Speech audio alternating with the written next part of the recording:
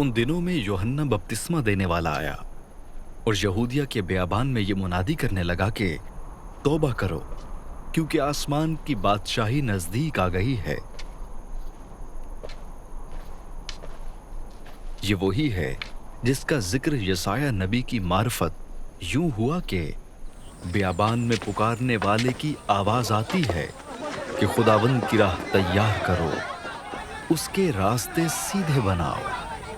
ये यूहन्ना ऊंट के बालों की पोशाक पहने और चमड़े का पटका अपनी कमर से बांधे रहता था, और इसकी खुराक टिड्डियां और जंगली शहद था।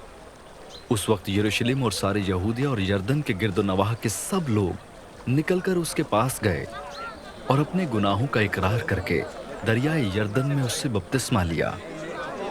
मगर जब उसने बहुत से फरीसियों और सदूकियों को बपतिस्मा के लिए अपने पास आते देखा तो उनसे कहा कि ए साम के बच्चों, तुमको किसने जता दिया कि आने वाले गजब से भागो?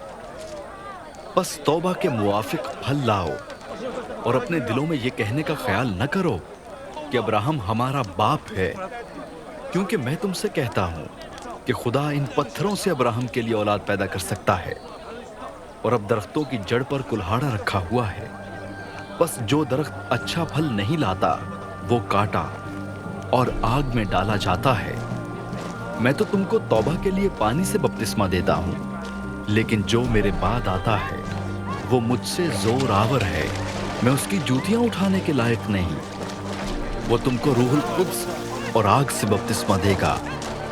उसका छाछ उसके हाथ में है और वो अपने खलिहान को खूब साफ करेगा और अपने गेहूं को तो खत्ते में जमा करेगा, मगर भूसी को उस आग में जलाएगा जो बुझने की नहीं। उस वक्त यसु गलील से यरदन के किनारे यूहन्ना के पास उससे बपतिस्मा लेने आया, मगर यूहन्ना ये कहकर उसे मना करने लगा कि मैं आप तुझसे बपतिस्मा लेने का मोहताज हूं और तू मेरे पास आया है। यसु ने जवाब में उससे कहा, अब तू होने ही दे, क्योंकि हमें इसी तरह सारी रास्तबाजी पूरी करना मुनासिब है। इस पर उसने होने दिया।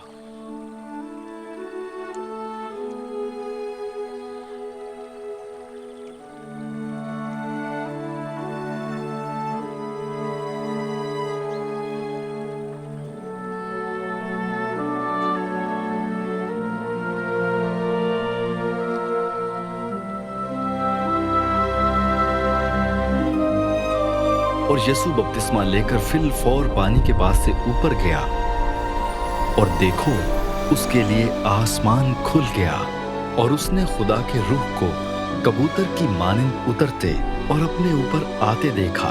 और देखो आसमान से ये आवाज आई कि ये मेरा प्यारा बेटा है, जिससे मैं खुश हूं।